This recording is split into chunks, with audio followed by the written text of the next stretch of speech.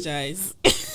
Life or like navigating life after uni is so much more reliant on you deciding what happens, and I think that is a very anxiety inducing feeling. In uni there were times where it was like, I need a job, like I don't have any money, but I would never get anxious. Maybe for one day. As we get older and like our priorities shift and stuff, I've noticed that my anxiety has shifted as well in terms of like what I actually feel genuinely like anxious about. To be in a position where it's like, oh, I actually want this, that's what makes it more scary. Love, y'all. I want a bust down ring though. It's fine, but a cluster ring is like I'll insert a picture here and I'll show you after.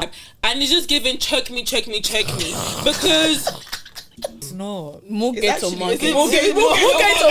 We also have just a little, maybe 1% more than the average white man.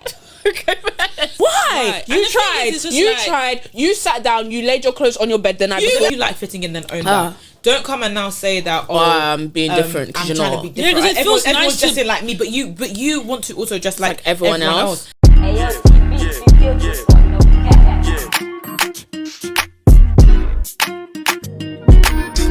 Hi guys, welcome to the Great Area Podcast, season 2, episode 7. Yeah, thank you for coming back, and if you're new here, thank you for coming. Please like, comment, and subscribe. Yeah, this is a podcast where we just discuss. We have a live studio. We have a live studio audience today. Oppa's sister is in the room. And look how Oppa is staring at her. She just like passing out cough again. Hello. Anyways, yeah, this podcast is just all about how we navigate our lives. We always say the ups, the downs, the blacks, the whites, and everything in the middle. Yeah, we just talk about what's going on in our lives, hot topics, dilemmas. We play some games. It's a fun little safe space. So yeah, if you've already subscribed, like I said, thank you. And if you haven't, subscribe, come join the little family we're building. Follow us on all socials at TGA Pod on absolutely everything. Mm-hmm. And yeah, let's get to the episode with intros. Well, first let's know, as you can see, there's some empty spots. Oh yes. Jameen's not feeling well, and Ati is powering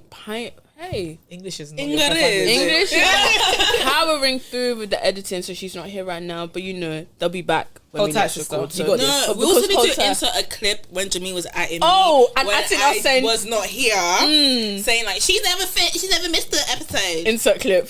Ati's not feeling well, but Oppa has other commitments, so she can't come. CC, let me say something. Go. Something.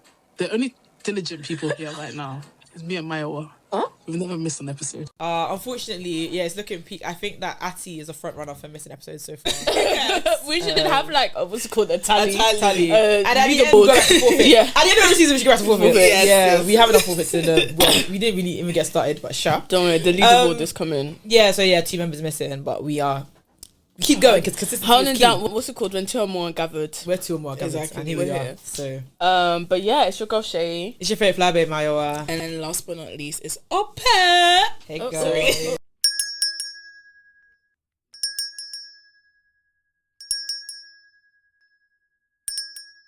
Period. You feel funky today. I know. Funky friend. I'm only doing that because the topic I have is quite depressing. Oh, what? That is not what we. Trigger warning.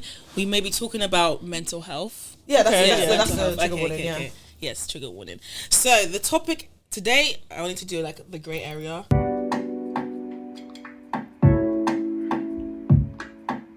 The grey area is a segment when we kind of just talk about like the ups and downs, what's it called, the blacks and whites, the greys, stuff that we're navigating in our life or have navigated, and we just want to bring it to the forefront and discuss. Mm-hmm. So Oppa, what are we discussing today? So basically, I had been pondering about this already before. I went to Shay's house yesterday. Okay. And we were talking about like the struggles of corporate life. Yeah. And this was just something I had been meditating on lately in terms of not just about corporate life, but like being in your 20s, and like I feel like the best way to describe it is like I feel like I've been programmed for something else, but then I'm doing something else. So it's just like, that's a really good way to put it. I don't know what I'm doing, but it's like I know I'm not meant to be doing this. Yeah. And I just feel like it's like in so many areas of my life right now. And lately, I think, not to get too gospel-y, but a real struggle. I have been having serious anxiety, and I've never really struggled. yeah. I've never had No, anxiety. yeah. I've always been like a laissez-faire, you know. Because actually, such is life. laissez-faire is your phrase. Like, such is life. But like lately, I've been having anxiety to the point like, Chest. why is my chest hurting me? Yeah. And then I was speaking to my friend about it, and she was just like, oh, like you really need to like trust that everything's going to be fine. And I feel like sometimes I would always have this like, oh, have faith mindset, like, oh, things are going to be fine, but like now that but then I always kind of knew what was going to happen anyways, so it was like there was no need to have faith because I have faith, like, oh, there's a 10% chance it's not going to go my way. But like when there's like I actually don't have a clue what's going to happen with my future, it's like, oh, because it's the rubbing off just because, oh, like now we're getting to the age like, because my cousin's getting married, like people are buying houses, because people are buying houses, people are buying cars. Like every time I hear it, and it's not like I'm not happy for people, it's just like, oh, when will my own when time come? will my own time come? It's like, oh, the pressure, and it's just like the other day my mom was like, oh, how's your savings? And I was just like, no, because bug off. Bug off. Savings. Shavings. What are you talking about, savings? I'm just afloat. I'm literally here. Because I'm just making it. Here. So like, I don't know if anyone else is like feeling. No, literally the exact same. Because obviously we were having a conversation yesterday, and currently where I'm working, I'm contracted, so it's coming to an end. And it's just a situation of, I know, because I was talking to my manager about this, and I was like, I know I need a break and like just some time off. Like I definitely do want a new job, and I want to pivot into something still within like marketing and still with what I do, but just something slightly like different. And I feel like when you don't have it as soon as something else ends, it's so scary. Yeah. Because it's like I don't have anything prepared in the back that's going to be like, yeah, this is what I'm going to go straight into. Like I do photography and stuff, but obviously for me currently right now, photography isn't a full-time job. Like it doesn't pay enough for it to be that. So I know I have that like once my contract ends, but it's just like, okay, to actually live and survive. And yes, I have savings, but it's like to pivot into the next point of my career or to pivot into what I want to do next in this life. It's like, no, because sorry, because it's like, guys, our live studio audience member is under the age of 18. In fact, very young. Very young. Sorry, but this is going to be a very PG episode, which is easier to edit. Is it me editing? I don't actually know. No, Is it me? No, it's you mean. No. It's you. It's me. It's Yeah, you and it's it's editing, me. Yeah. Even Bell. No. But it feels very just like on my days, like, how am I going to navigate this next path? What does this next path even look like? I think that's the main question of just like, what is next? And I agree with you when you were saying like, growing up, you go to school, like every part of your life is basically like structured for you. It's nursery, then it's school, primary school, then secondary school, then it's sixth form, then it's uni. And if it's not uni, it's an apprenticeship. If it's not an apprenticeship, you're going into work, straight into the field. And I feel like working life or like navigating life after uni is so much more reliant on you deciding what happens. And I think that is a very anxiety inducing feeling because there's no kind of governed body necessarily telling you what to do, but you have this impending feeling of what it is that you feel like you need to do. But then there's also the impending feeling of what you want to do, right? Because what you need to do in society is get a job, pay bills, build towards a house, blah blah blah. But what you want to do might not be that. It might be just you want to travel naked. Literally, you want to explore the world. Yeah. You want to do all that stuff. But even to do that stuff, how does one fund it? Word. With the job that you feel like you need. Without illegal ways, without being born into a family of riches. Like the way that you can do it is by having a job. But when you feel like the job that you're at or the job that you're doing doesn't align to what you actually want to do, that kind of battle between what I need to do but what I want to do to feel fulfilled is so anxiety inducing. It's so hard to navigate. And I feel like that's where we're at right now, and we've never necessarily experienced it, so it's why you're feeling this way. Like I get it, because that is just what it is. Like, what do I need and what do I want? And do Literally. they align? Literally. So, how about you, Maya? How are you feeling? I'm in like two minds about it because I think so. I had a very like weird period of time in uni where I went through this basically. Like in uni is when I had basically this crisis, I guess I'll call it, because I got injured in my second year of uni playing American football, and then it like basically happened the day before my exam started, so I couldn't do any of my exams. Damn. And then summer I was going through some stuff so I couldn't do in summer, so they were like, you could literally just come back next year and do them, but you can come back next year and be like a basically part-time student kind of thing. So like I was studying, I was going to the lectures of the things that I'd missed, so that I still wasn't like I didn't fall behind or forget everything or whatever, so I still knew what was going to be in the exams and all that good stuff. But obviously it was a year where I was like, damn, like my friends are graduating this year, I don't know what I want to do for work, like, and because I studied computer science at uni. I hated my course so bad. Like, people ask me all the time, oh, would you go back? You couldn't actually pay me any amount of money to go back to uni, and I'm being so serious. I hated uni so much, and I think that when I say it kind of baffles people because of that type of job I'm in, but I hated uni so much. Like, my course frustrated me. I didn't feel happy. I don't think I could have done any other course, so that's the thing. Like if I'm being real, it was just like the best of all the worst options, because like in sixth form I did physics, computer science and economics. I didn't want to do econ, didn't care to do physics, so here I am, computer science. So like I did it, and then even though I kind of somewhat enjoyed the content, it was sort of like, when you graduate, this is the one thing that you can do, which is like software and engineering, whatever.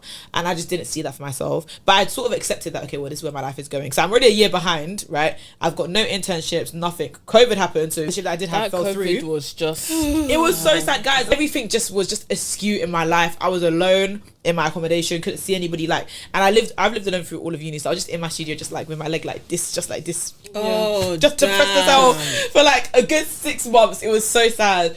I got a job and stuff, but like still I didn't really know what was gonna happen to me after uni. And fun fact, so I have general anxiety disorder and depressive disorder, so like at the time those two things were really like doing a lot in my brain as well, on top of like obviously not really being able to play sports anymore, which was kind of like my one outlet. Yeah, it was very frustrating. So yeah, I just had a lot going on. I didn't know where I was going, I didn't know what I wanted to do, and everywhere they were telling me to go, I didn't want to go. So I was just like, well, I'm gonna be resigned to like a life of sadness, and that's it. Like, what else can I find for myself? And then I think I was scrolling through, it might have been Bright Network. Is it Bright Network? I was scrolling through Bright Network. Shout out job. Because you guys actually Bright do a job. Network and Diverse. It's so serious, because I was scrolling through Bright Network, like, I know there has to be something else for me, because I can't do the software development engineering thing. Like, I don't like coding. I can't imagine sitting in a room trying to like solve all these tickets. Like, it literally drove me. I would literally be in my room like on the verge of tears. Like, guys, my life, there's nothing there for me. Like, what the heck? And then I found the company I work for now. I found them on Bright Network, but it was like a different role, but still intern there. The summer, basically, I should have graduated. I just did my internship because I said a year left, and then from there I found like the job I'm in now. So I feel like I had that period of time where I was like, I actually don't like the way my life is looking, and because I had it quite early, I think I was lucky in the sense that I had time to turn it around before that whole like seriousness set in, because I feel like I could have graduated uni and not had a job, but I still would have been like on course, because okay, that's kind of like normal, but it still kind of sucked because I did have a lot of friends who were starting work as soon as they graduated. So it's like, it's one of the weird ones where like you go to schools, like Shay said, you go to school like your entire life and everything's mapped out for you and planned for you, and if you go to like high performance schools, everyone is just naturally like in a position the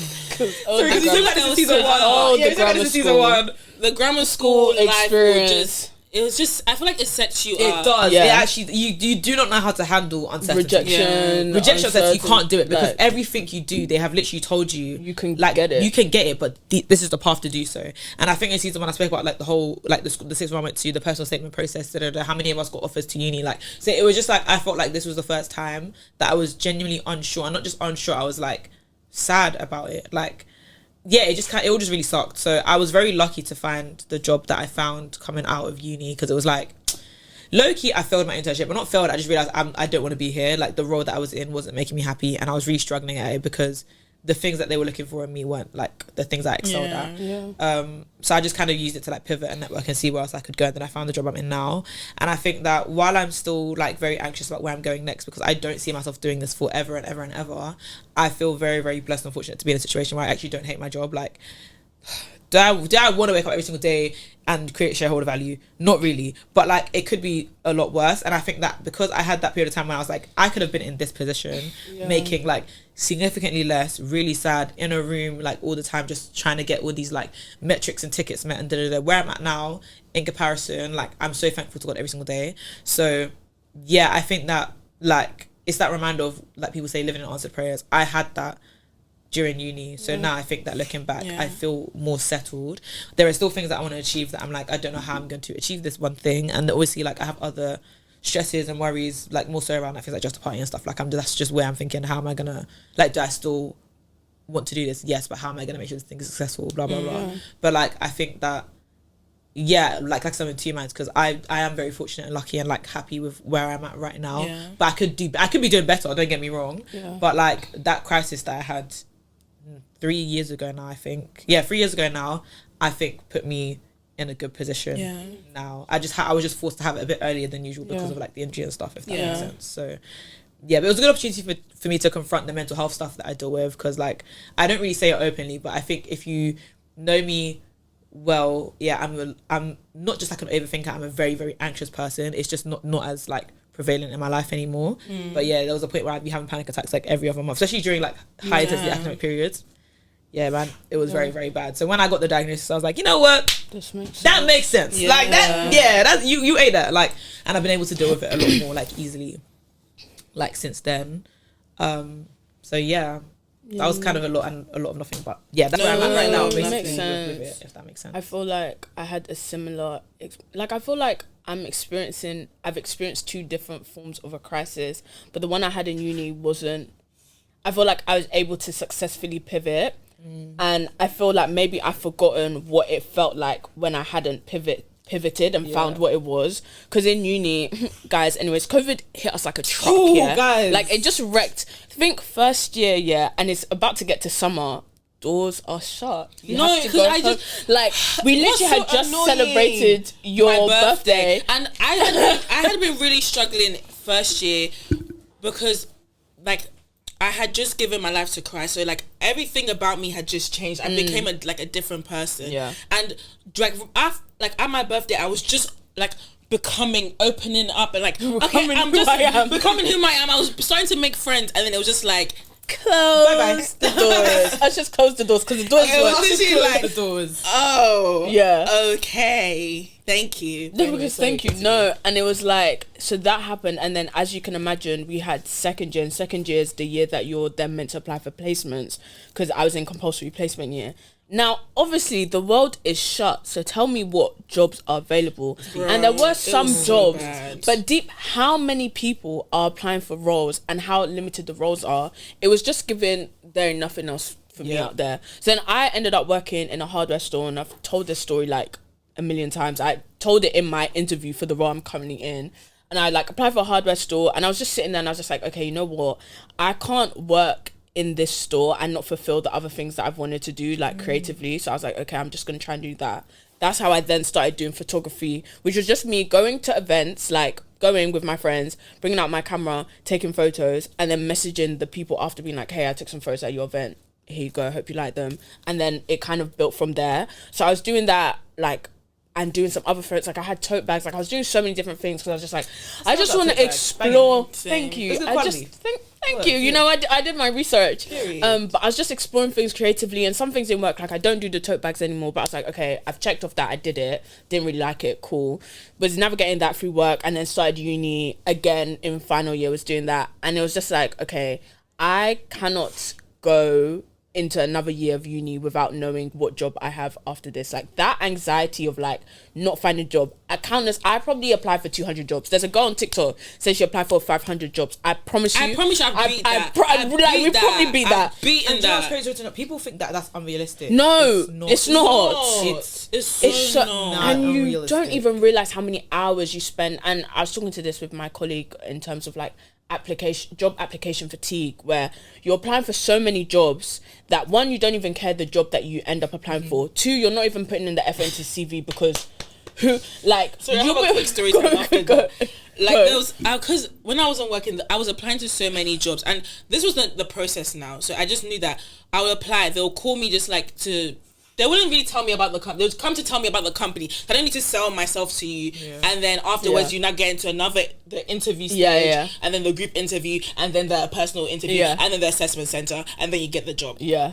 Long. So now, a person called me, and they were like, "Oh, so tell me why you wanted to, why you were interested in applying to this job." First of all, I have a list of 50 that have already. I'm like, so I'm starting trying to look for. Oh my gosh, who messaged me? And I was like, oh, so sorry, like a connection. Yeah. That was the best thing about COVID. I can't lie. I would use that network connection, call failing, everything. It was so bad. So obviously I'm flopping, and then he was just like, you know what? Next time you have an interview, I think it's best that you go do your research, because I think that it was. And I just said, thank you, Negro. And cool. Thank you. Because it wasn't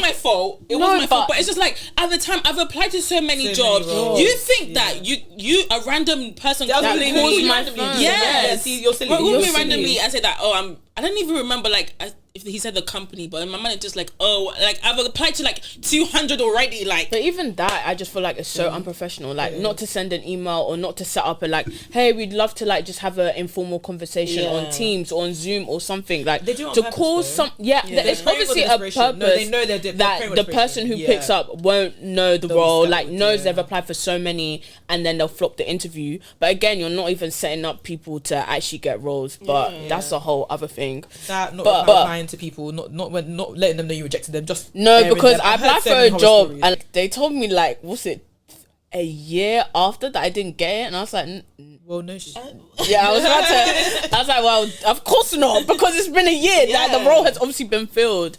But so during COVID, when I was like, that happened, I was like, I can't go into a role without like having a job. So I started applying.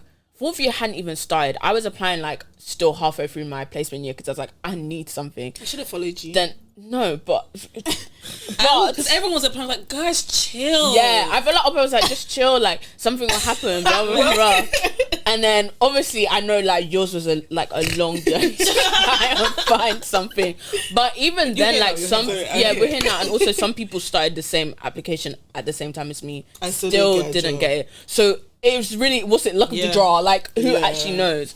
But so I found the place that I'm working for now, and one of the main reasons why they hired me, bearing in mind, I was doing an accounting and finance degree. I had no experience in marketing.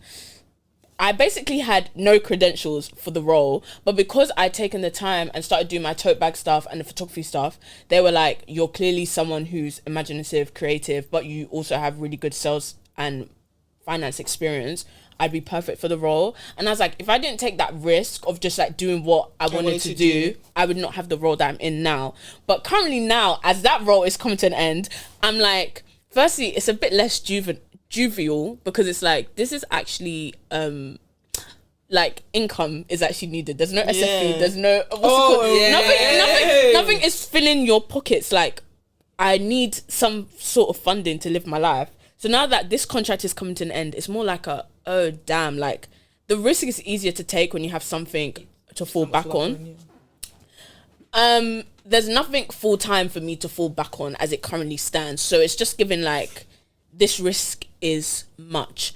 But that's what I'm saying, like, I tried to take myself back to when I took the risk in the first place, because it must have felt like much to me at the time. It was just a different experience, and I'm trying to have just a bit more bravery and a bit more risk, because I also like have had anxiety like for a very long time, like growing up, especially around uni and also around work. It's just something that like I've had to navigate like a lot. And I feel like whenever I'm in situations, I speak about being a therapist, I have control issues. That was the bottom line of what my anxiety is based off of. And it's a thing of, if I can't control something, it's also kind of linked to OCD, but it's like, if I can't control something and I don't have an understanding of where it's going to go next, that's when I get anxious, even though in life you never know what's going to happen. So that's why it feels like sometimes it's just constant anxiety, because life is constantly having to be fine with the unknown. And that's something that I find very difficult.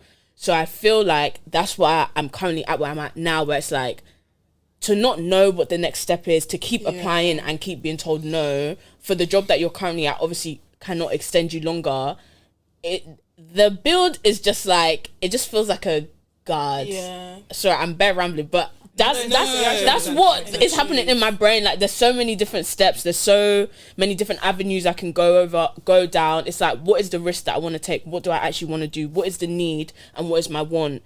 Do they align? Currently right now, not necessarily. So it's like, what am I gonna go for? Do you know what I mean? Hey. But yeah, that's literally hey, it's 20s it's hard. 20s. It's hard, and I feel like it's hard. It's hard. Oh, sorry, no, go on. No, because I was just gonna say, like, I think for me, where this actually started off in terms of relationships. Like, I was thinking, like, the person that I'm talking to now, like, if this is like the end, like, this is the end. Don't get me started on it that. starts to make me, like, my heart beat, like, oh my gosh, like, Yeah. oh, like, this is no longer play, like, this is real life. And then after that, I was just then thinking about What's an age, guys? Are an age. Where it's like, this is, and people older than us will tell us, oh no, but you're still young. But I don't have the experience that you have in terms of you saying that. So how I feel right now, and then even it then, feels real. Even then, sorry to interrupt, but I know people say like, oh, you can always start again at 30. But like, but also, I could just get it right now. Yeah. It's like, I could get it right now and then be okay, or I could start be again ahead at 30. and then be ahead. So like, it's not to say that obviously you can't, but it's just like, it's one of the ones where, like, obviously I can start again at 30, but imagine if I don't have to. Like, That's imagine if I don't have to. Do you know what I mean? Sorry. Literally. So then it was just like, it made me realize, like, oh, this is actually, like, if I make a serious mistake, like, there's no, this is my life now. Like, there's no, like, mommy, daddy, like, after a while, like, it's given, like, I'm actually, You're an adult. I'm an adult. Yeah. For real, I'm an adult. And because in my family, like, everyone got married under the age of 25. Oof. On my mum's side. Really? On my mum's side, yeah. Actually, no, my mum got married at 26. So she was like the oldest of the thing, because my mum's sister at this age, she had already had a baby, married. My cousin that's before me, I'm the next in line to be married. She's married at 25. So everyone that has been married under the age of, like, do you know what I mean? Yeah. Like, wow. So Okay. like now it's just like, oh babe, like, so it's like it's not foreign to them. It's like, oh, okay, by now, Yeah, you should be at least talking to someone seriously. Yeah. And it's just like, Life is crazy. I feel like it's the opposite in my family. Like, a lot of, so on my dad's side, like, my auntie, before she passed away, wasn't married. My auntie currently, like, she has a child, but she's not married. Like, there's a lot of single, like, women in my family. So there hasn't ever, and my mum got married at 28 and had me at 30. So that pressure of, like, you need to get married at, like, 25, I've never felt it, like, from family-wise. But societally, when you start looking around and you start looking at the options and you just start looking at life experience, you just start thinking, wow, time is ticking. And even the person I'm seeing now, it's like, I would love for this to be, like, it for me. Like, I'd really love that. But that also means, like, that is it for me. Yeah. So then life becomes serious. Kids come into the picture. Home. What's it called? Mortgage, life, family, job, all of the above combined with someone else's life. Like, that's so... It's that combination. I think, like, serious. Literally. And I was just deep in it, like, sometimes, like, even little things like, oh, you might just go out, get a little ego boost from that sounds so rude. I don't mean it like that. But we're being honest. What was the area? Like, being a little ego boost, like, a guy moving, she's like, oh, I still got it. Yeah. But, like, after a while, it's like, you need to know, like... It's fine. Sounds like earphones in. Oh, so, like, little things like that is just making me feel like, guys, it's just too much anxiety. And, like, I don't think you understand, like, in my life, I've never had... No, because knowing you for as long as I've known you, anxiety in like aspects like this is like, I'm the anxious one. Like, in the dynamic, friendship dynamic, like, I'm the one that's anxious on overthinking and stuff, and I could always rely on Ope to have a way more just like, come on, chill. Like, even when it's like going somewhere, I'd be like, guys, you need to be on time. Ope, chill. Chill. We're So- gonna get there. Hearing this, It's I really, get really it. scary, and like, I'm just trying to have that same mindset that I've always had, because I've always been like, if God has been able to get me out of this situation before, like in uni, there were times where it was like, I need a job, like I don't have any money, but I would never get anxious. Maybe for one day I will apply to as much jobs as possible, but I was like, ugh, who cares, It's man, too it's much, gonna come. yeah. It comes, and then like a week later I would literally get a job.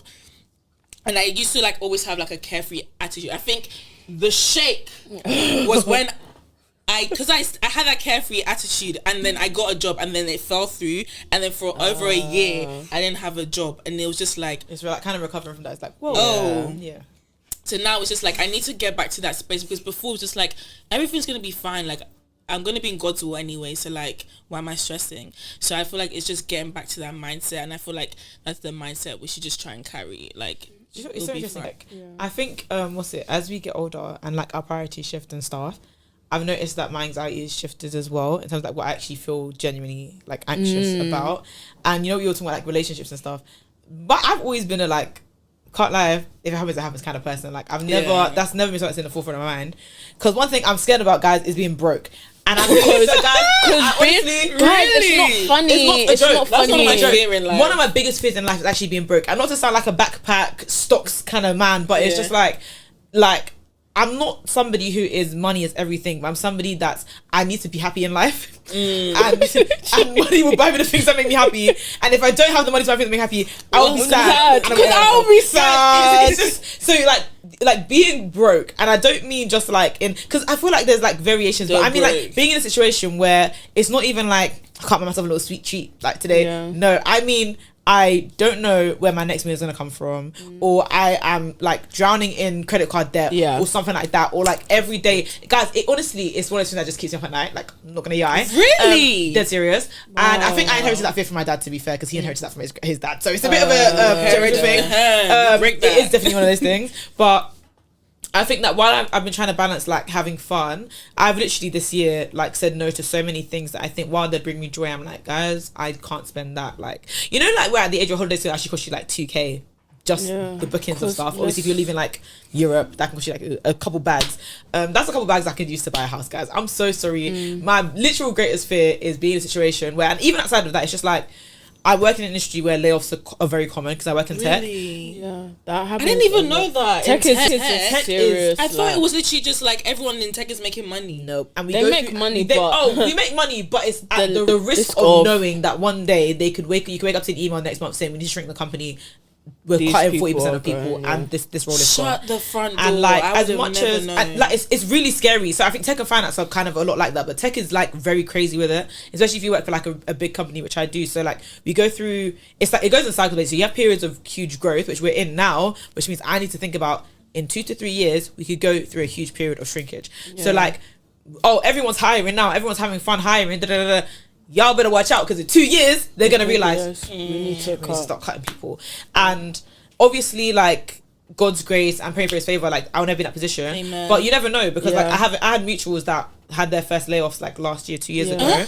Yeah, not to name names. Actually, yeah, Spotify had layoffs recently. Yeah, they like did. They relatively had recently. loads. And Really? I know a lot of people in because tech. they were even talking about with the Spotify rap thing. A lot. The reason why it was so different is because they laid cut off a lot of everyone, the people who and they were part of using that. AI.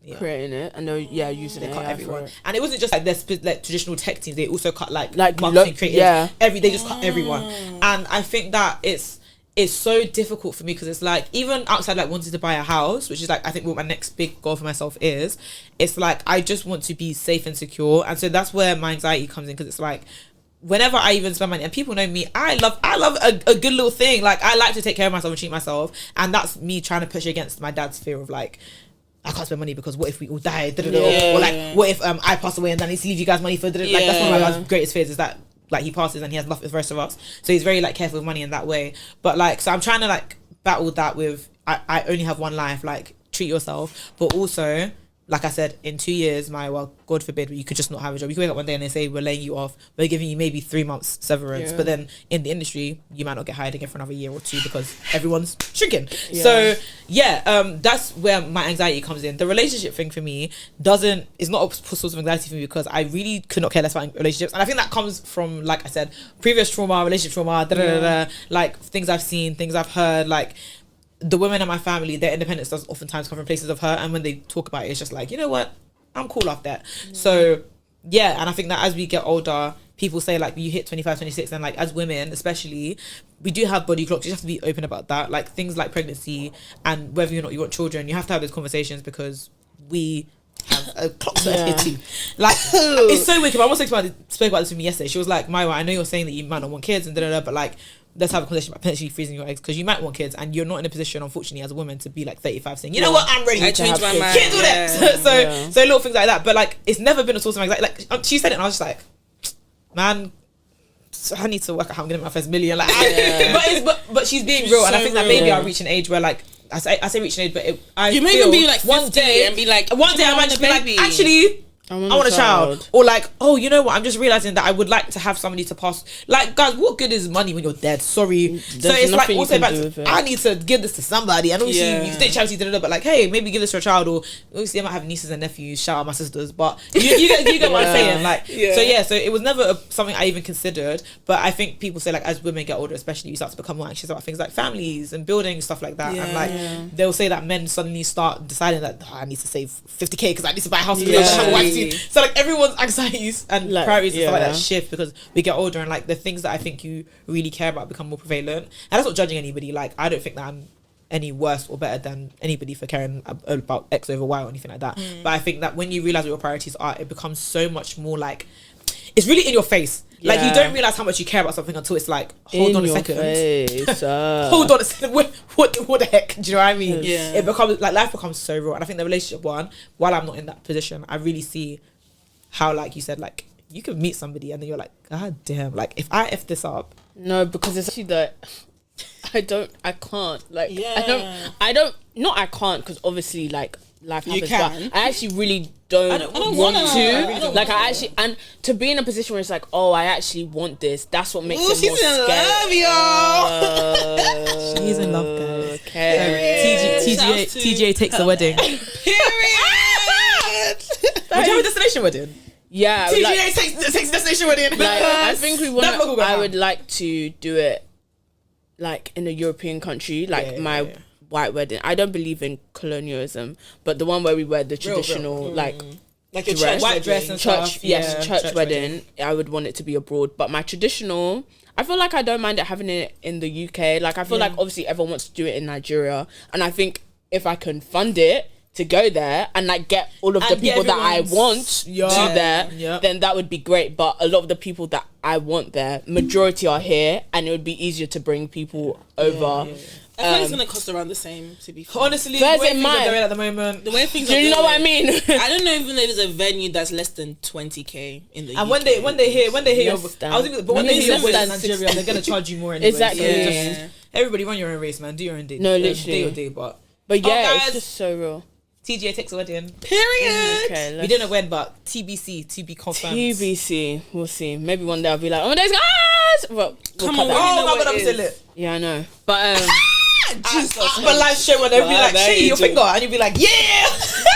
I can see it now. No, sometimes because I know exactly. You know, I don't know what my wedding dress will look like. I don't know like what my actual wedding day will look like, but I know exactly what my engagement ring will look like. Like really, to a T. Like I know exactly, and it has to be that. Like, I love people like this. Really? Like, what do you want? If you open the box, no, this is good. So I wanna. It's either moi et toi or toi et moi ring. Oh, where it has those are beautiful. And it has two stones, and I want one of the stones to be in a diamond because bling bling. What's moi et toi? It means me and you in French. Okay. And then I want the French. other one. You do French? Are you sure? Sorry. And then I want like this one. Yeah, and then I want the other one to be his birth. I was gonna say, I knew you were gonna say that. As a cornball. Oh, you hate it! I'm joking. I'm joking. I'm actually joking. I'm joking. Yeah. I'm actually joking. You're laughing. You're next. But that's why I want like silver. Yeah, I see like that. I've told him like that is exactly Oh, she's what. told him. No, Break it down, girl. because we got so far off. No, because it got so no, far it's back. fine. I saw this on Twitter about people saying one of my mutuals was tweeting about how they were talking on TikTok about how there are women who got proposed to with rings that they didn't want. That And can't be despite me. having gone shopping or hinted or No. told like their friends and like my friends know the ring I want. You don't wear gold. You've got on a gold band. That I literally saw a guy Going say, if on. your guy gets you a ring that you don't like, break up with like that That's it. engagement. ends. Don't even say Because no to the there's no leave. way we've been together for how many years and you get me a gold band when I only wear wear silver. silver. What are we doing here? That means you hate me. So Yeah, therefore, We deserve to break we up. deserve to break up. But I I know. find the person that will wear the gold band. Do you know what I mean? Because package it and give it to them. Give it to the person. Double it and give it to the person. Just double it and give it over because it's not going to be for me. But yeah, like I know exactly. I'm very particular about certain things, and like I know exactly what I want. And if he was to open the box and it was not that, I would be like, What have you But you changed? can go ring shopping together before. if no, people do if that. I I no don't know if I what- change my mind, that's a different conversation. yeah. Then I'm gonna tell you again. Okay, By I've the changed way. my mind, and this is what I want. But if I haven't said that, exactly what I've told you, and it's not what that I you don't want to want. be surprised. I do want to be surprised, but I don't want to be surprised about the ring. Like the The proposal proposal should be the surprise. Not Not even the fact he's gonna ring because you should know that. Yeah. The proposal. What happens on the day? Should be like wow. Yes, but yes. the and when it happened Yeah. in terms of like the time frame that we're at for it to happen, that I don't need you. What's it called? 6 months in. On my days, I want to. Whoa, hold it down. Go on, Opha. What you? I don't know what I want. I want the ring to be a surprise too. Really? Yeah. Period. Okay. But you the have a lot of thing is, faith. I know that's my No, problem. because- I'm too chill because that's when I don't like telling people what I want because I like the surprise of a gift because it means that you were thinking of me. Fairs. Do you know what I'm saying? But- So I A ring hate- is a ring. You know what? Yeah, a ring is a gift, but it's not. That's gonna be your thing for the rest of your life. but I can always change it. But I feel like that would suck. No, I feel like I don't wearing think a ring it's that a wasn't ring. Like it's so ugly. Like But like, okay, what if he buys you that? You know the like wrestling style cluster rings? Because Okay. men have no taste. Oh, I'll insert a picture here. But like, this is a cluster ring, and people have been talking about it because it. I literally- want a bust down ring though. It's fine, but a cluster ring is like. I'll insert a picture here, and I'll show you after. But it literally looks like, you know, those wrestling rings, or like the rings they get when they win like a. Oh, a- yeah. What if people just do that? Yeah, What are we doing now? He won't. How do you know? you should hope, but No, but come on, man. You're gonna ask my friends as well. Like I see, but then if you don't know what you want, how can we tell him what you want? yeah, because you just said you I like don't anything. know what I want, but I know that I know what I want. But Something you can go free. shopping. Yes, but you can go shopping together. Okay, You can- I Yeah. definitely will be you go going shopping together. People do that. Go shopping for the ring, and then Yeah. after that, it's like whenever you Hey, want it's to I coming wanna soon be- for her. it is coming soon. I for you, just can't lie. mean in. This is crazy. Look at how she's teasing. She didn't deny it. Well, that Mind was you, such opposite a to cheating night, Eva. exactly. I'm not next. That I'm laugh really was so chilling. villainous. Sorry. That laugh was like oh from the core. We've gone off topic. Sorry. My way you go before we go off No topic. idea. Never even thought about my wedding. First, Like when I say Really? this, guys, this is something that's not at the forefront of my mind. I can see like a nice wedding and be like, oh, like this is so beautiful. Like, wow, if I was Yeah. getting married, I'm doing it big, like Beyonce. Wow. But like, I've never sat down and thought, what kind of dress should I want? What kind of ring would I want? Meanwhile, I don't know. I don't know what what kind of, dress I want. Like What kind of venue would I want? because I feel like Destination, location, no, I know I what do venue I know. want. Really? One of my dresses, I really want to do the Beyonce best thing I never had when she's in like a silk. Period. Ever since That's- I yeah, that's saw banging, that that's banging, that's video, banging. Yeah, There I was- always said I want because that. it just looks so like Yes. And really see you as well. Yeah. Like, oh. So I was Yeah, saying yeah. all of this. Anyways, let's. No, it can still happen. Because I literally, this sounds so unhinged, but I designed a ring for my friend the other day because she was talking about like what she would like in a ring, and I was like, oh, I can envision that, and I designed it for her. She kept it, so that's gonna be her wedding ring, guys. So that was to make that wedding ring for her when she eventually gets married.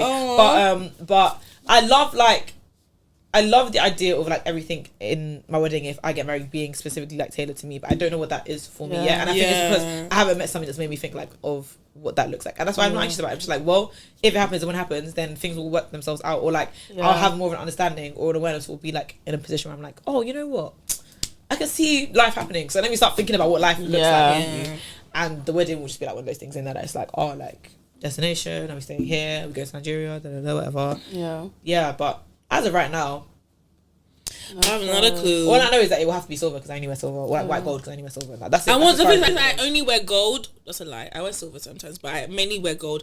But I think I might have to get white gold. Why? I just feel like gold rings are not it. Why? They're just ugly. Sorry. The band is always ugly. I haven't seen a nice gold ring. But if I could find one, then I would get I it. have some nice ones, but it's like It's not as nice as because they wear a lot of gold. If that makes sense. Like I think if you're gonna do gold, you have to go gold. Like people who wear gold love gold down. Yeah. So I feel like that's when it makes sense. But then even then, like no shade. Yeah, gold band, white dress. I'm not feeling the vision of that. I'm sorry. Unless I get like a yellow ring, but then I don't care. I don't know what I want. I don't actually know what I want. No, that's fine. I'm just telling you, you're not doing that. Because we're like, no. Anyway, back to the conversation. I don't really have anything to say. No, but it all kind of linked the whole anxiety thing, and then Yeah. I guess we go off track and start talking about weddings. But let's go back to Anxiety. I don't have a conclusion for that anxiety, guys. Well, I feel like there is no conclusion because The conclusion is we're here. it's just like you're not alone in feeling like that, especially Yeah, in your 100%. 20s. Oh my 100%. days. Yeah. I feel like everyone is just gonna be in a different phase. Like some of your friends are gonna be like the richest in the world, and some of you may have to start again. Some of you may be married and having children. Some of you is like a child is like so far away. Like everyone in. Literally every single one of my friends, I feel like we're all like in different places, different spaces. So yeah, like I think it's important to not feel on both sides bad about yourself or better than anybody else because luck changes, tide changes. Obviously, I'm not wishing anything on anybody, but like we said, your 20s is such a weird, tumultuous time because things can be really good one day.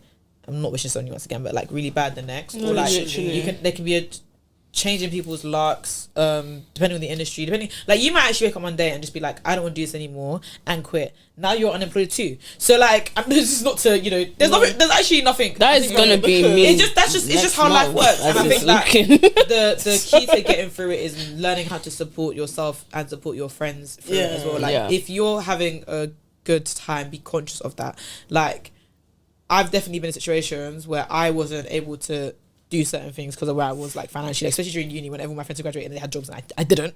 And it's like they were very fair in being like, oh, you know what, let's not do this because it's actually like this is pricey and we're employed and you're not. Or they'll be like, you know what, F it, we'll cover you. And like I have that as well. Like some of my friends who are still studying, I'll be like, it's cool, like let's go out, I'll cover this, like we'll get dinner but I'll cover our activity because it's £30. Like I can thankfully afford to do that. And I think that is such a tell of character as well, because some of you have this really weird mentality of like while you're down, like you want help from everybody else. It's that village thing again. It's like you want everyone to think about you and consider you, but then when you're up, it's like, do you plan to like feed back into other people as well? Like when people were there to support you, and when like life was looking a bit sucky and when you were really stressed out and worried, like those people probably poured into you significantly. So like try to pour into others, and that can be in a variety of ways, but you've probably felt like that. And if you haven't, chances are at some point you might feel like that. You might feel a bit alone and isolated and anxious, and like it's just so important to try and be there for the people that you care about and like let them be there for you as well, because I think that it's very hard to talk people that you're anxious. It's very, very hard. And like I was talking about this in the group chat the other day, that I'm not very good at like saying when I'm going through things. I'm very much like a power free kind of person,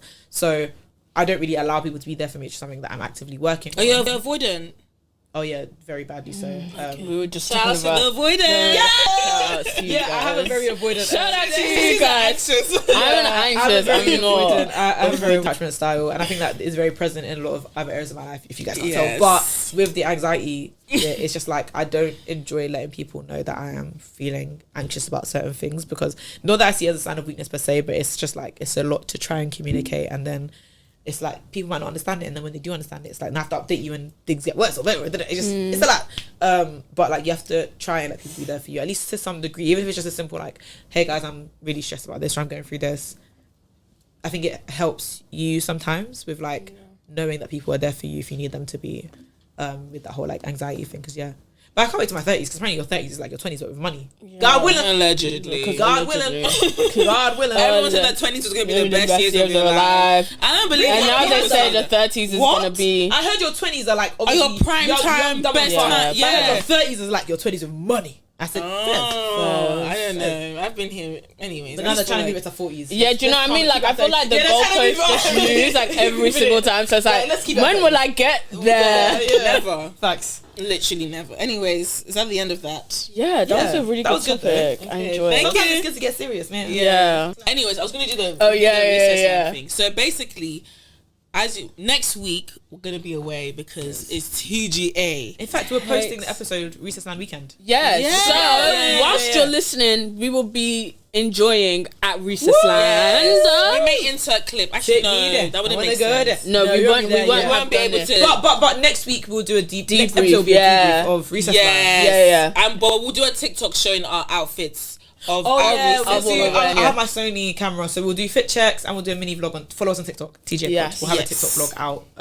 Of us going to all that good stuff. Recessland. Yeah. So basically, these people pressured me to go to Who's Recessland. these Wait, what is people this? and Hot who Topics? pressured Is this, who? This is, I don't know what this is. Maybe- Hot topics? Hot topics, yeah. 'Cause Yeah, it's hot hot topics. topics. Oh yes. So basically, what is a hot topic? I'm joking. So the next segment is hot topic. Sorry, I'm kidding. Whoa. Sorry, because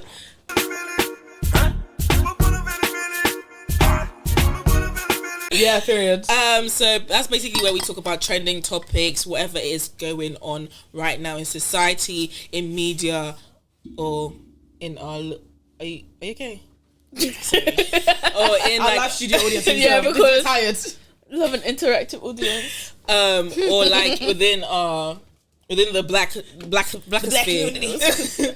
So yeah, so today as Recessland is about to, should I say as they're we're watching it approaching? now? Okay, Yeah, it's 'cause it's about approaching. to, But So- yeah, as you. Okay, so there's been a lot of fuss about what you're gonna wear. You need to buy this Balenciaga for your Because Balenciaga. Fendi for your like, guys, is it actually that serious? And it's just like, first of all, these people pressured me to go. I didn't want to go. No one pressured her No one to They go. pressured me to go. Who pressured you to go? The whole of TGA, everybody. Well, Jameen, Ati, Marawa, and Shay pressured me to go. I didn't want to go. So the whole of TGA. Yeah, because Yes. But like, she said the whole of TJ and then decided to name us all individually. Nice. I was not nice. gonna go, but we then were they all said that we buying should go. tickets in the GC op-ed. And then now I have to figure out what I'm gonna wear. And like I'm going on TikTok to just normally I just go on like, oh, what's the vibe? And it's just giving choke me because is it that serious? Like I didn't know going to Margate was like It's not. Moorgate It's or actually- Margate? is it Moorgate or Margate? Where is Recessland? Because that's People the don't way read the. Sorry. yeah, and I just feel like Read. do you know what it is? I have a theory Go on. that.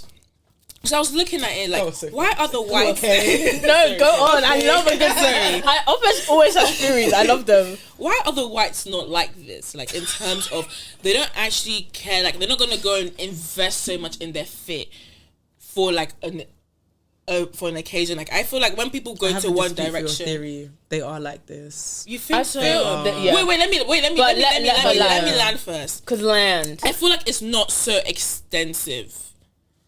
Do you know what I'm saying? Because whenever I see, even like the K-pop people, they might get like the thingy, but like they're not doing like dripped out for your mommy and your daddy. Like, you know what I'm saying? Like it's not that serious. Like it's not that serious to them. Like even the rock concert, like I might just dress punk, but it's like you can still see people dress casually. I said maybe Coachella though. I think we just don't know their indicators. Like in the black community, we love designer, so that's why everyone's busting it down in Gucci and Balenciaga. The K-pop lot, they love Korean brands, so they wear like Person Soul, and there's another brand that like. I all the think maybe brands, sometimes it's not even brands with them. It's like an aesthetic. it's It's, a a look. vibe. It's yeah, a so look we don't know. Like we can't that see that. we That's, don't want to feed into. yeah, so we it's don't just care. like whatever. The only reason because I went like when I was on the train last year, and as I was getting, where was I going? I think it was Wireless, and Wireless was the same day as something else, somewhere else nearby, like another park. And when I say, guys, I'm just sitting there jejely on one of the, I think it was Overground, and then I see a flood of white girls come on, and they were all wearing the exact same clothes, but like they were all from different friendship groups, but they were all wearing the same boots, like Yeah. you know the Yeah, kind those- of light yeah. combat Steve Bannon the type thick, boots. Yes. That a cargo mini skirt, a white tank or like a black tank and like a crop jacket, guys, all of them. Like, yeah, but I feel like it's so basic. It's it's very trendy. It's trendy. Yeah, but that's my point. It's just like, but like with the like, and I said that with the Negro community, with the Negroes. But then I say like, this is like our win and this is our downfall, but it's also our victory point. I don't know how to explain what I'm trying to say. Yeah. It's our pro and con at the same time, because I feel like different groups, I don't know, calm down, okay. With different groups, they have different like benefits. So like even in terms of like different tribes, they have different benefits. Yeah. I feel like within the black people, we're very creative. So then it's like we're very good in the entertainment space. So that's why you see a lot of the time we're very, very good in the entertainment space. It doesn't mean that we can't be smart as well. Yeah. But like we also have just a little, maybe 1% more than the average white man. Okay. So I feel like that is why we're so good in terms of fashion. But it might get us cancelled. No, because this might get us removed from more. They might be in our comments like, you dirty Negroes. But it's the truth, man. It's just the truth. Like, I feel like that's also how society has like made us you think can't shout at me when you've told me as a society that's what I am. Like, you've told us only black people thrive when it comes to using our talents in creative or if it comes to sports. So you can't come and shout at me when I say, well, that's how I feel where I thrive, because that's where you boxed me into. Yeah, that's what you told me to do. Yeah. So I just feel like that's why I was like, even with the whole the AMV, the did anyone see like they're comparing the Met Gala to the African yes, and it's just like because it's just different. Like the for a wedding, there's no like, I always look at, you know when it says bring out the groom or bring out the mother of the groom, like watch the aunties and the stees. They're decked out in gold. F off glasses. The rings are like boom bam boom, and they're just there. Just chill, like it's the steez. It's just and it's like that's just how we are from our culture. It's our culture. So like then we bring it into the British sphere. Yeah. And this is what it's now looking like. But because like we're now in the British sphere, it's just like, why are you pressuring me though? Like it's different. But it's just like, do you know what I'm saying? No, I hear what you're saying, and I feel like it's also a thing like in the British culture is to like, stiff upper lip, and like you can't boast too much, but you can boast a little. But so like bring it in our culture, which is like you need to boast and be loud. Show them serious. It's then this weird thing of like you're doing the most, but you're trying to act like you're not doing the most, but you are. And that's like, the thing that's pressing me. Like, why are you acting like? Because you are. This is the thing that's pressing me about the whole thing. Is like, listen. If you want to come and show everybody that you are the best dressed in the UK, but don't now come and say, I don't even know why everybody actually cares about the alpha conversation. Like, okay, yes, I'm going to wear a young Louis Vuitton, and then I'm going to wear this, and then I'm going to wear the new collection of... But, like, it's actually not that deep, though. If you want to come and show everyone that you're a stepper, show them you're a stepper. Like, that's fine. It's actually okay. They don't want to be proud, and they don't want to be loud about it. That's what I'm saying. It's the British culture, because I don't understand. Why is it that you have to...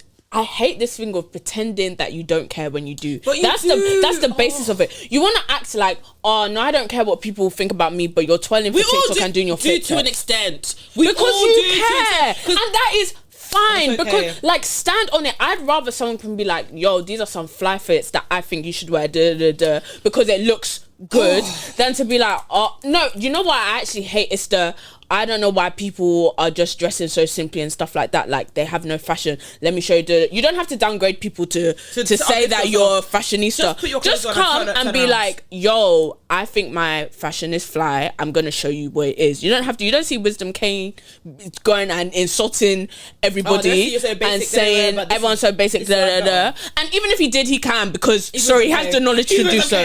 He has the knowledge. But I just hate this idea, and sometimes I find Americans cringy in it, but I do like that they're people that stand on their business and they believe in themselves like they're I think celebrities always say like you have to be so delusional and believe it so much because no one else will do it for you. And I like that idea of like when they believe they're good at something, or when they know something is fly, they believe really it so that you believe it. But sometimes in this culture we like to be like, oh, like I'm trying, but I'm not really. But like, literally. Why? Right. You tried. You sat down. You laid your clothes on your bed the night before. You like this. and you decided that that's what you want to put together. Don't pretend. Don't pretend. I feel like that's the thing, because like, I don't know if you guys have heard this before. Like when when my aunties are getting ready for weddings, like by the time I get in there, I'm gonna show them. Like, and they will say that with their chest, and no one's gonna feel a type of way about it. But I feel like with the black Britishness, it's just like I can't be cocky. I can't be proud. Not even just that, you can't be seen to be trying, and I think that's what some of you are pressed about. Because I find basically you go back to your original point. It's like the whole. Is Recessland that deep in terms of what everyone's wearing? I think everyone is worried about appearing to either try too hard or not to be on code. So like you guys, if you want to go to Recessland in like a random tracksuit with a pair of comfy shoes and a bag, you can do that. You have time in your life. Stop. Everyone said like they advised you. Mind you, don't wear heels didn't even just come from the people. It came from actual Recessland. Recessland said, guys, don't wear heels, right? Because some of you, I don't know what beach I think we're going to. Cobblestones. But guys, like. I remember in school, because I did PE for GCSE, we conducted things called risk assessments, right? And when I was coaching, I would look at the trainers of every person I was coaching and say, hey, you can't play if you don't change your shoes because those shoes are dangerous. They performed a risk assessment and they said, y'all leave the heels at home, like, because this is not going to be helpful for you. It is a risk, like you are hurting yourself. They came and they said, oh, you lot just don't want us to flex on. Sorry, we're actually so sorry. Flex, guys. You know what? Wear your heels. Flex. I'm so sorry. I'm so sorry. But it's just like this thing of like you don't want to do you basically. Like they're complaining thing. Everyone's wearing jorts. You don't have to wear jorts. Sorry, I just had an enlightening moment. No, because go on. I've realised we have been played.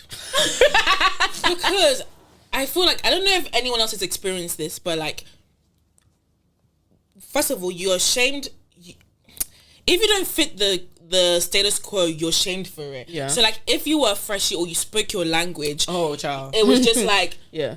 Oh, Auntie, like what the hell? Yeah. But now we're all here trying to learn our language.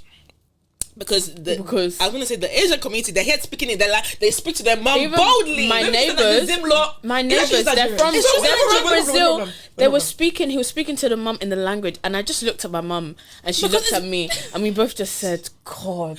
It's so bad. And I was just like, and also like even for me, like I have never been an urban girl, unfortunately. No, because it's just I've never been, and I remember in like first year of uni I was trying so hard to fit into that urban sphere, and it just looked horrid. I looked horrid. I even think about the fits I put on sometimes, and it wakes me up. But it's just like it's just not me. I'm someone I wear heels. I love to wear heels. I like to wear heels. I try to build a heel collection, but like because I was trying so hard to fit into the frame of kind of pushed that. I pushed that away, and it's just like, for what though?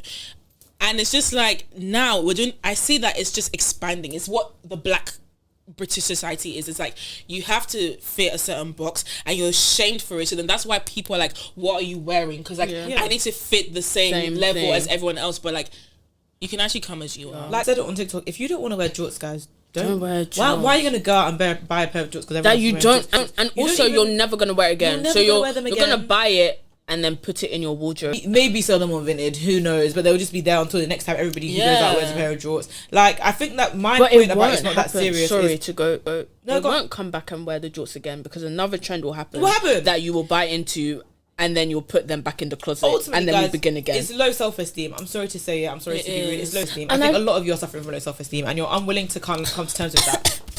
Some of us are still part of that. Sorry. but no, I mean, it's also like the Recessland conversation. It's like, I need to see what everyone else is wearing. And then the thing that's even funnier is that when you get to Recessland and you see that everybody's in the same clothes as you're in, we were literally saying the conversation the other day. Like, what did you expect? Like, everybody bought the same boohoo code, or everybody bought the same trainers, or everybody decided to do their hair the same because it's like, what hair is everybody doing because it might rain. Now everybody's in curly wigs. Love that for us, by the way. Very hot hairstyle. But now you're upset because why is everyone wearing curly? But you said that this is what everybody should wear to Recessland.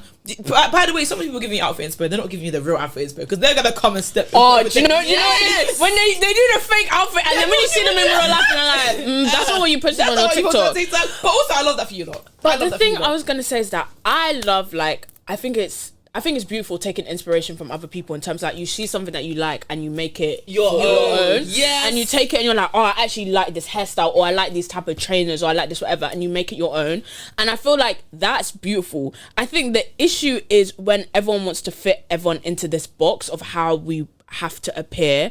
And I think it's a thing of once, because I was the same in uni, kind of like, oh, I want to wear what everyone else wear, and I'm sure I follow the trends and like still do, but there's a what's it called? There's a je ne sais quoi in picking from trends that actually fit your aesthetic, and you can only know that once you sit with yourself and know yourself. Yeah. Until you know yourself as a person, like what you like, what you don't like, what it stems from so many things. Like, and if you like fitting in, by the way, if you like fitting in, then own that. Don't come and now say that I'm being different because you're trying not. to be different. Yeah, everyone's nice dressing like me, but you want to also dress like everyone else. And that is how you feel. That is how you feel within society. Obviously, there's a wider conversation about the UK black girl aesthetic, whatever. But like, it's because of a lack of identity. It's an ostracization. Like, no one wants to be alone. Like, I think that it gets to a point, unfortunately, like you need to reach an age. It's kind of like that woman on TikTok who's talking about how she didn't have black friends. You reach an age, right, where you need to take a step back.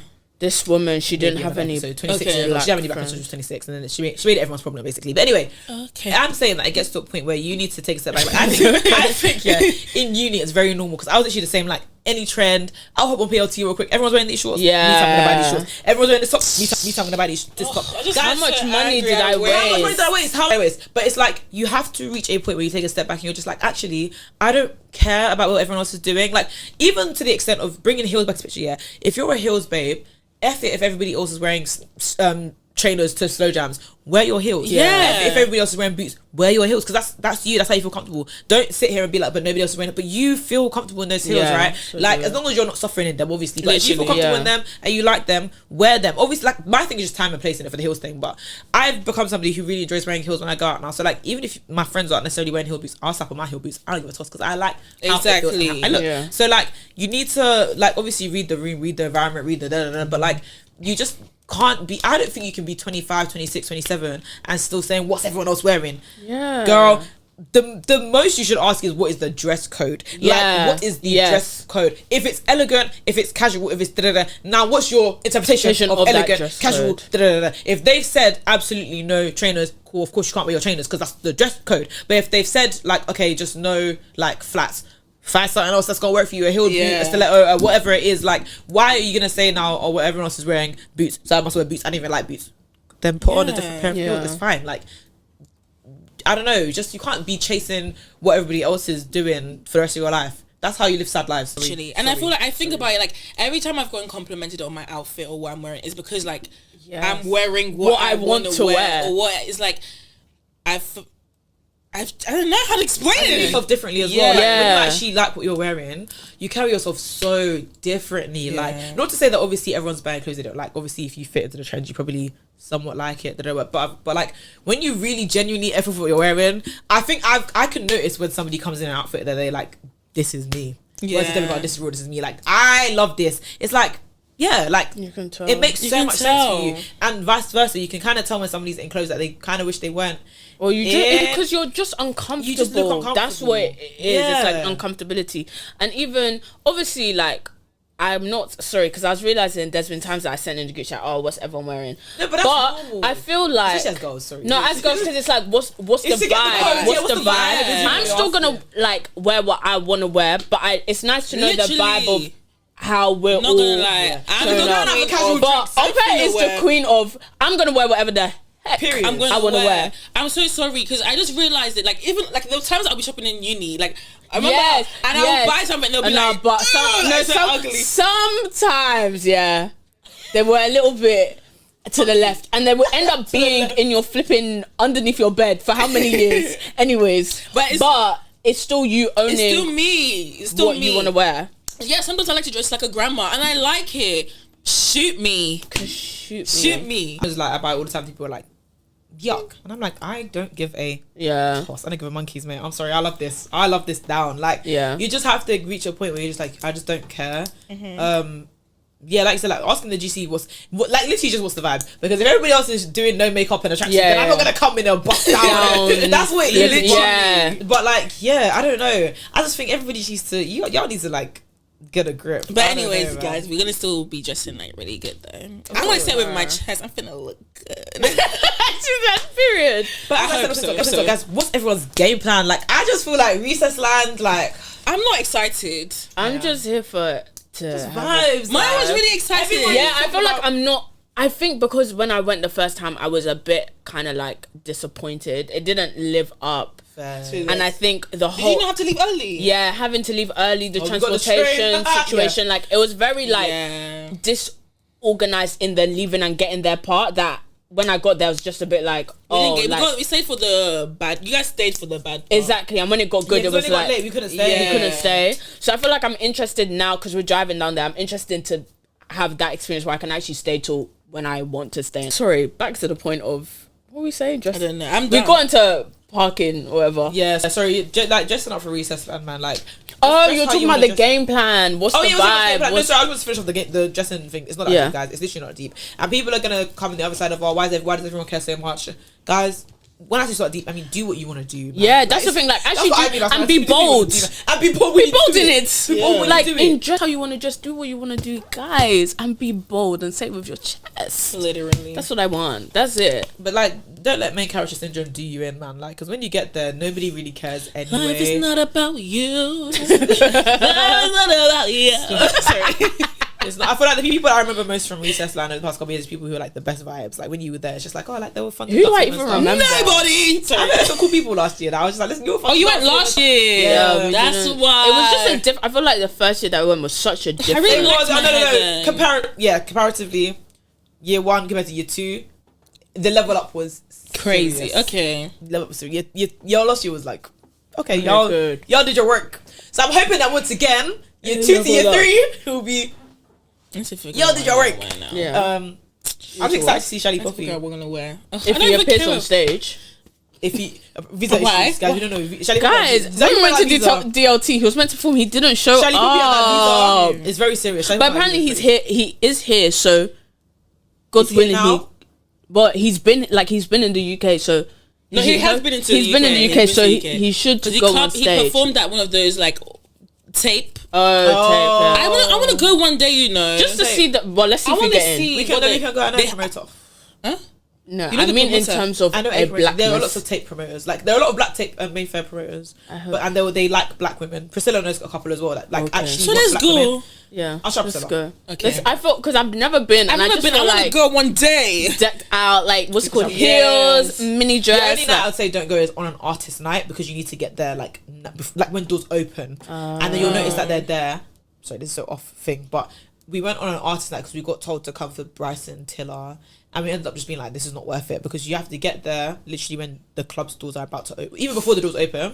You get there, so you don't really get to go to the concert or show, whatever. To get there, there's a line of people because obviously every promoter is told loads of girls come. They will be dress coding you. They'll be strict. They'll cut off the line at one point. They'll have people leaving the line. They'll be like, okay, you know what? We're raising the age limit. If you're under 20, go. If you're under 21, go. If you're under 23, go. Because they're trying to like get rid of people. Yeah. And then not to feed into misogyny, but like girls will be in the line in front of you and they're wearing trainers. You know you're not getting in, but you're Yeah. just taking up room. It's just guys. It's just like artist nights at those clubs. It's just too. But like I think a regular night maybe. Yeah, I want to wanna know because everyone's go. talking about this tape. Yeah, I want to or go. Libertine or whatever. I want to Libertine. Whatever, go. Libertine. I've never been. I never have. I'm just that's a white girl club. I want to go. Let me I feel go. like tape we can run that, but Okay. I don't know. Libertine, Why not? Either one. Libertine feels yeah. a bit too white girl club. I just sometimes That you was know when you always- just like, for example, where did we go? We went to actually this one. I don't know if they'll think it's racist, but we went to Desi night because I was like, I've Yeah. never been, and it was called like I'm not. It That's was actually actually what it was Desi called. night. And I went. I was just like, wow, like this is a good experience. Like I've never been before. I've experienced it. But it's not the music. Checkbook. The music in all the clubs is the same. It's just Libertine love a blonde, blue-eyed girl. Oh. Libertine love a blonde, blue-eyed girl. Libertine is like footballers are us. Like they love a blonde, blue-eyed girl. I'm ready to be a wag. Do you know what I mean? Put those contacts in, period. No, because put those contacts in. Get my blonde wig and let's Put those contacts in, go. period. Let's Sorry, go. I was saying the game plan for today. Yeah. Like, I'm just- What are I'm you just- prioritizing? Like, do you want to listen to Food. music? Do you want to listen to the food? Eat the food? Do you want to? I didn't even know there was a game plan. I want to didn't know walk. that- this time I want to check out the other areas. Like I didn't there's go to like roller roller rink. skating, like Yeah. games and stuff like that. I want to see like, because when we arrived, it was just given like you better just come and party and go. Like it was too late, so I want to actually go They didn't round. have a roller rink the first. They did. Did they? Yeah. My bad. We just didn't go, but like they did. Yeah. Yeah, I think that if I give any advice or tips for Recessland, like try and go in with some form of a game plan. Like when I'm there, I would really like to go and do XYZ. Like I know last year people who had gone the first year were like, I want to get food now because I will not get food later because the food The queues were food was insane. stupid. So like if you know, okay, So I'd gonna buy rather food. eat earlier on, then pardon. So was I gonna buy food? You're not gonna buy food No. for the whole day. Packed I don't lunch, like- innit? Oh, sugar for the whole day. Yeah, 'cause Yeah, the it's whole because day. the whole day. It's long. Anyways, I'm excited to go.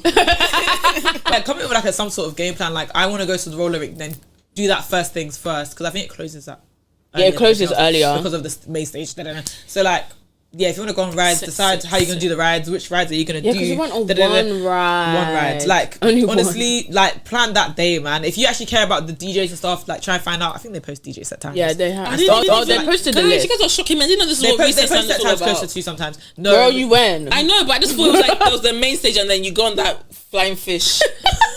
That was it. And that can be your game plan. Literally, just fine fish. That's fine. But like, Okay. yeah, try and use your friends as well, man. I can't remember if the reception was. I feel like I couldn't call anyone that day. I don't know. That might be drum maybe. shares. That might be confusing events. I can't. We were all together like Yeah, for I majority don't really of it, remember. So The place is massive though. yeah, it was just like people on people on people. It kind of reminds me of like when we went to DLT Malta and it was I just didn't like, want to say it, but and it was just yeah. like swarms Of of people. people. It was Girls. And you meet, but you meet really cool people there as well. You'll see a lot of familiar. Do you know what? I think that's what the pressure is as well. Because somebody said that, oh, everyone you know is going to be there. You'll see people from secondary school, and I was like, it's not that serious. They're just people. If they Yeah. follow you on Instagram, They've why are you already so pressed that you'll seen see you. them at Recessland? Because they know you've been That using. serious. Oh, Open. I apologize. She was I being real, but apologize. it was just like it was now the right time. I apologize. But yeah, like I don't know that's what's doing people as well. It's like, oh, everyone's gonna see me. Calm down, man. Everyone's gonna see everybody. Like, Yeah. Anyways, unless you're trying to be the highlight of somebody's night, then that's completely different. Yeah, different If stuff. you're putting on somebody, then you do what you need to do. but- No, I'm not the highlight of anybody's night. I'm the highlight of your life. Oh, Period. But yeah, anyway, guys, thank I you guess for that's it, yeah. listening. Yeah. Do you want to do the outro, Shay? Because Yeah, thank you guys for listening to this episode of the Great Area podcast. I hope you enjoyed all the conversations we spoke about, whether it's, anxiety inducing life or what's the vibe for Recessland. I hope you guys enjoyed. It was a little bit shorter this time because obviously it's just the three of us. But yeah, subscribe, like, comment, follow us on all socials. It's TGAPOD everywhere, TJ Pod, and yeah. In small letters. it doesn't really make a difference. to be fair. Capital, small. I realize it doesn't make a difference. Really? Yeah, it doesn't Just make a type in TGAPOD. But yeah, it's been your girl Shay. difference. It's been your favorite fly babe, Maya. And last but not least, it's open. Bye.